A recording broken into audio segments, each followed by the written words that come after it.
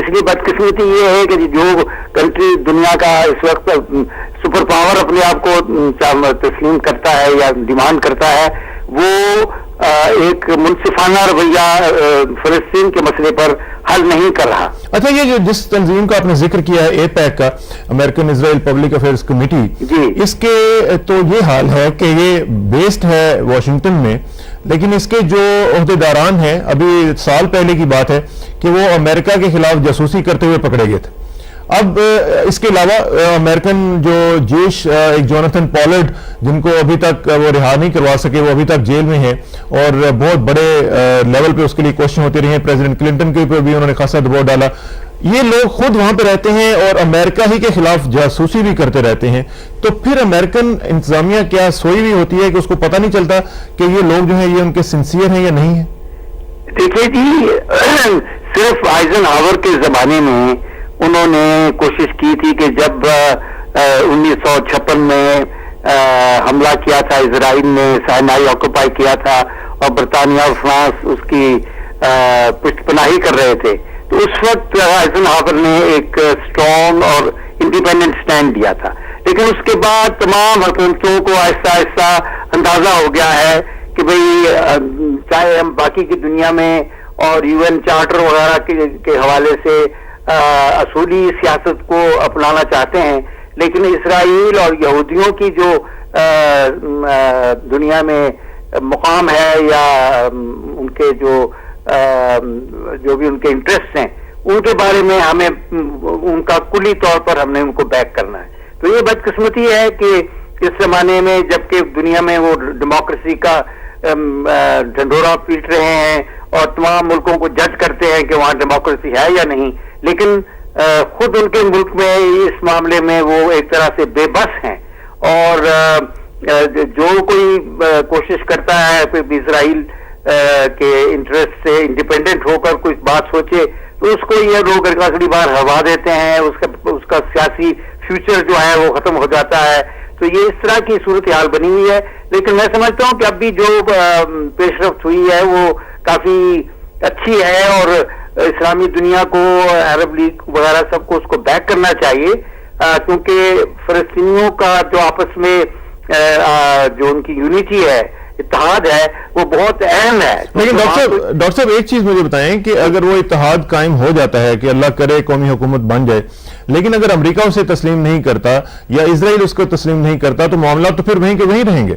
نہیں، میرے خیال میں وہ منڈے کو جو کنڈولیزا رائس ہے وہ آ رہی ہے وہاں اسرائیل میں یا فلسطین میں، اور وہ بات چیت کرے گی فریقین سے، اور میرا خیال ہے کہ اب اگر امریکہ چاہتا ہے کہ مڈل ایسٹ میں اس کی کچھ ساکھ بہتر ہو تو اسے کچھ میں سمجھتا ہوں کہ منصفانہ پالیسی اختیار کرنی پڑے گی، اور وہ جو یہ تقریباً پچھلے 40-50 سال سے چل رہا ہے کہ ہر معاملے میں وہ اسرائیل کی پشت پناہی کرتا ہے اور فلسطینیوں کے ساتھ ہر قسم کی زیادتی کی گئی ہے، تو یہ سیاست چل نہیں سکتی، اور ان کی وار اگینسٹ ٹیرر یہ امریکہ کی کمزوری رہے گی، کیونکہ جو صحیح معنوں میں جو امریکہ کے خلاف یا ویسٹ کے خلاف یہ جذبہ پیدا ہوا ہے، یہ ان کی بے انصافی کی وجہ سے پیدا ہوا ہے۔ درست کہا۔ ہاں جی۔ اچھا، ایک چیز آخر میں ذرا مجھے بتائیے گا ڈاکٹر صاحب کہ یہ جو ابھی آپ نے دیکھا کہ نارتھ کوریا کے حوالے سے ایک اگریمنٹ ہوا ہے، وہاں پہ بڑی زبردست ایک ایفرٹ انہوں نے کی، ان کے جو نمائندے ہیں مختلف 6 پارٹی ٹاکس کے ذریعے ایک معاہدہ جو ہے وہ ہو گیا، معاملہ حل ہو گیا۔ اب ایک طرف یہ ڈپلومیسی اور دوسری طرف ایران کا معاملہ دیکھتے ہیں تو وہاں پہ ڈپلومیسی کی بجائے وہاں پہ لڑائی کی اور ایک ملٹری بلڈ اپ کی باتیں ہو رہی ہیں، تو وہاں پہ ڈپلومیسی کو کیوں نہیں چانس دیا جاتا؟ بس یہ انسان کو تسلیم کرنا پڑتا ہے کہ سرد جنگ ختم ہونے کے بعد امریکہ کے دانشور جو تھے انہوں نے فیصلہ کیا کہ اب کمیونزم کے بعد جو ان کا مد مقابل ہوگا وہ اسلام ہوگا، اسلامی دنیا ہوگی۔ تو یہ رویہ ان کو خود سوچ کرنے کی ضرورت ہے کہ اسلامی دنیا جو ہے دنیا کے آبادی کا تقریباً اب 4واں حصہ ہو رہا ہے، تو تقریباً 60 ممالک جو ہیں اسلامی تنظیم کے ممبر ہیں، تو ان کو ایک طرح سے سب کو ایک دشمن تصور کر لینا کسی بھی عقل مندانہ پالیسی کا حصہ نہیں ہو سکتا. تو میرا خیال یہ ہے کہ ان کو اپنے طریقے اور اپنی پالیسی پر غور کرنے کی ضرورت ہے.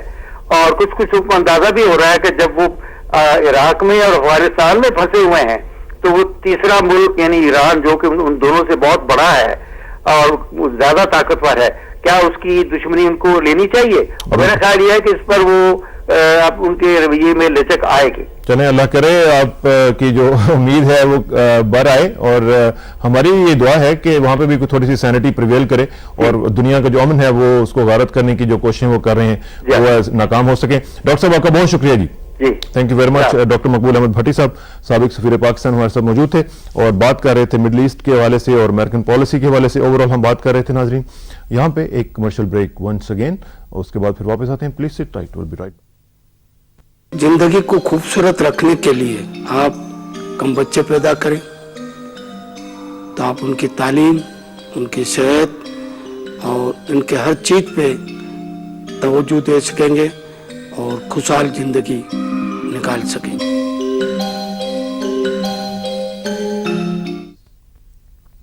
ویلکم بیک ناظرین. بات ہو رہی تھی مڈل ایسٹ کے حوالے سے اور بریکس, آپ کو پتہ بریکس تو آتی رہتی ہیں اور بریکس لینی پڑتی ہیں کیونکہ اس کے بغیر گزارا نہیں ہوتا.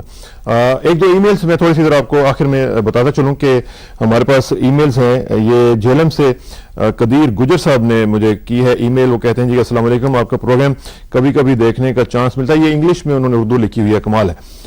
دیکھنے کا چانس ملتا ہے لیکن جب بھی چانس ملے دیکھتا ضرور ہوں. بہت شکریہ. فرسٹ ٹائم کسی پروگرام کے بارے میں میل کی جسارت کر رہا ہوں, امید ہے آپ ضرور دیکھیں گے. جناب ہم نے آپ کی میل دیکھ لی ہے, خاصی بڑی ای میل ہے. اکنامک پالیسی کے حوالے سے آپ نے بات کی ہے, ایجوکیشن پالیسی کے حوالے سے بات کی ہے. آپ کا بہت شکریہ, آپ کی ساری جو باتیں وہ ہم نے نوٹ کر لی ہیں.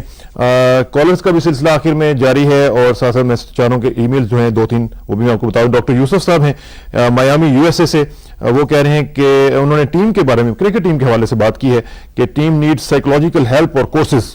یہ بات مجھے بھی اچھی لگی. They should be able to judge when they need to play slow to save the cricket and when they need to play fast. یہ بھی بات صحیح ہے کہ یہ ذرا بتانے کی ضرورت ہے ہماری ٹیم کو کہ ٹیمپرامنٹ کیا ہوتا ہے, ان کے اندر ٹیمپرامنٹ کریٹ کرنا کہ کیا کرکٹ کیسے کھیلتے کیسے, یہ بتانے کی ضرورت ہے. ایک اور ای میل ہے مرزا شاہ رخ بیگ صاحب کی, P C B is not disciplined. یہ انہوں نے بات کوئی 8 دفعہ لکھی ہے اور اس کے علاوہ انہوں نے کچھ بھی نہیں لکھا. یہ بات بھی ویسے میں تھوڑا سا ایگری کرتا ہوں کہ ڈسپلن تھوڑی سی ذرا ٹیم کی بھی کمی ہے. کالرز کا سلسلہ بھی جاری ہے اور کالرز کے ساتھ آخر میں بات کر لیتے ہیں. ہمارے پاس چند لمحات ہیں اور دیکھتے ہیں ہمارے ساتھ کون ہے. السلام علیکم جی. السلام علیکم. وعلیکم السلام. کون صاحب اور کہاں سے جناب؟ یہ میں صادق بول رہا ہوں. آپ اسرار صاحب ہیں؟ جی بول رہے ہیں جناب, اسرار صاحب بول رہے ہیں. اسرار صاحب میں آج تقریباً 20 دن سے ٹرائی کر رہا ہوں آپ کے ساتھ بات کرنے کے لیے, لیکن آپ سے بات میری نہیں ہو رہی. چلیں آج نہیں کہتے ہیں آگے اٹھاتا کوئی نہیں ہے. بس بات اور دوسری بات, یہ میں صادق بول رہا ہوں میاں والی سے. میاں والی سے فرمائیں جی. یہ آج سے تقریباً 20-25 دن پہلے یہ خوشحالی بینک کے صدر صاحب آئے تھے ٹی وی پہ جی, تو ان کا انٹرویو ہوا تھا, تو ہم بڑی ٹرائی کر رہے تھے کہ ان کے ساتھ ہماری بات ہو, لیکن بات نہیں ہوئی تھی. ہم یہ بات کرنا چاہتے ہیں کہ وہ سکیمیں نہیں دے رہے, پہلے سکیمیں دیتے تھے, ابھی سکیمیں انہوں نے بند کی ہوئی ہیں. ان کے ساتھ یہ بات کرنی ہے کہ وہ سکیمیں کیوں نہیں دے رہے. چلیں تھینک یو ویری مچ. خوشحالی بینک کی آپ نے بات کی, اسکیمیں کیوں نہیں دے رہے. خوشحالی بینک کے لوگ اگر سن رہے ہیں تو ہماری بات سن لیں کہ کالرز ہمیں بار بار کہہ رہے ہیں کہ وہ اسکیمیں آپ کیوں نہیں دے رہے, آپ ان کی اسکیمیں جو ہیں وہ شروع کریں. ایک اور کالر سے ذرا بات کرتے ہیں اور پھر جواب دیتے ہیں. السلام علیکم جی. ہیلو ہیلو ہیلو السلام علیکم جی. السلام علیکم شاہ صاحب, کیسے ہیں؟ جی الحمدللہ. کون صاحب بول رہے ہیں, کہاں سے بول رہے ہیں؟ پرویز بول رہا ہوں جی, اسلام آباد سے. پرویز صاحب اسلام آباد سے فرمائیں جی. میں آپ سے یہ کہنا چاہتا ہوں کہ تو بڑے اربوں روپے کے پروجیکٹ جو اناؤنس کیے جا رہے ہیں, کیا اسلام آباد کے رورل ایریا کے لیے کوئی پروجیکٹ نہیں؟ کیونکہ آپ یہ دیکھیں گے کھاپور سے لے کے فیض آباد تک کا جتنا رائٹ سائڈ اسلام آباد کا ایریا ہے, اس میں آج کے اس ماڈرن دور میں بھی گیس اویلیبل نہیں ہے. تو آپ ایک پروجیکٹ اس کے ذریعے ہم کام میں بالا تک پہنچا سکتے ہیں. میں آپ سے ٹوٹلی ایگری کرتا ہوں. Thank you very much Parvez صاحب. میں آپ سے 100 سے بھی زیادہ فیصد آپ سے ایگری کرتا ہوں. میں سمجھتا ہوں کہ اسلام آباد کا جو ایک عجیب سا سلسلہ شروع کیا ہوا ہے کہ کچھ لوگوں اور کچھ جگہوں پہ بہت زیادہ اچھے اچھے پروجیکٹس، لیکن ساتھ ہی جو دوسرے علاقے ہیں، ملحقہ علاقے، وہاں پہ حالات بہت ہی دگرگوں ہیں. میں سمجھتا ہوں کہ اس ڈائیکاٹمی کو ختم کرنے کی ضرورت ہے اور حکومت پاکستان کو، خاص طور پر صدر پاکستان کو اس میں انٹروین کرنا چاہیے کہ ترقی وہ ہوتی ہے جو سب جگہوں پہ اکٹھی ہو. میں آپ کی بات سے ایگری کرتا ہوں اور اپنی بات آپ کی آواز میں ملاتے ہوئے میں گزارش کروں گا تمام حکام بالا سے کہ وہ اس معاملے میں انٹروین کریں اور بتائیں کہ سب لوگوں کو اکٹھا ساتھ لے کے چلیں. تمام علاقے ہمارے اپنے ہیں اور تمام لوگ ہمارے اپنے ہیں. یہاں پہ اب ٹائم ختم ہوا چاہتا ہے. آپ سے اجازت چاہتے ہیں آخر میں دعا کہ آپ خوش رہا کریں، خوشیاں بانٹتے رہیں اور اس کے علاوہ پاکستان اور پاکستانی کی خوشحالی کے لیے اپنا کردار ادا کرتے رہیں. سپردم بتومائے خیشرا تو دانے حساب کم و بیشرا. مجھے اسرار کسانہ کو منڈے تک کے لیے اجازت دیجیے. منڈے کو انشاءاللہ ملاقات ہوگی. اللہ حافظ.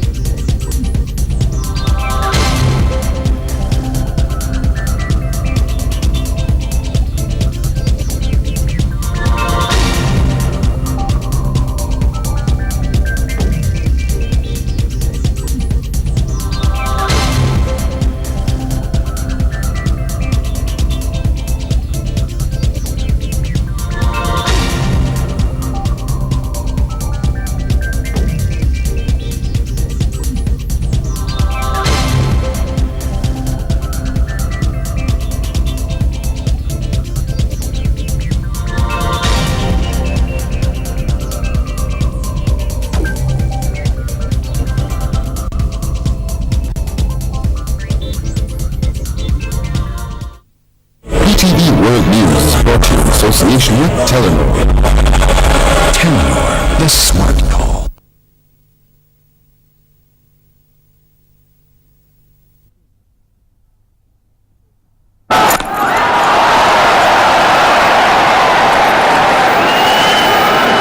It's not easy to bowl to set batsmen on a pitch like this.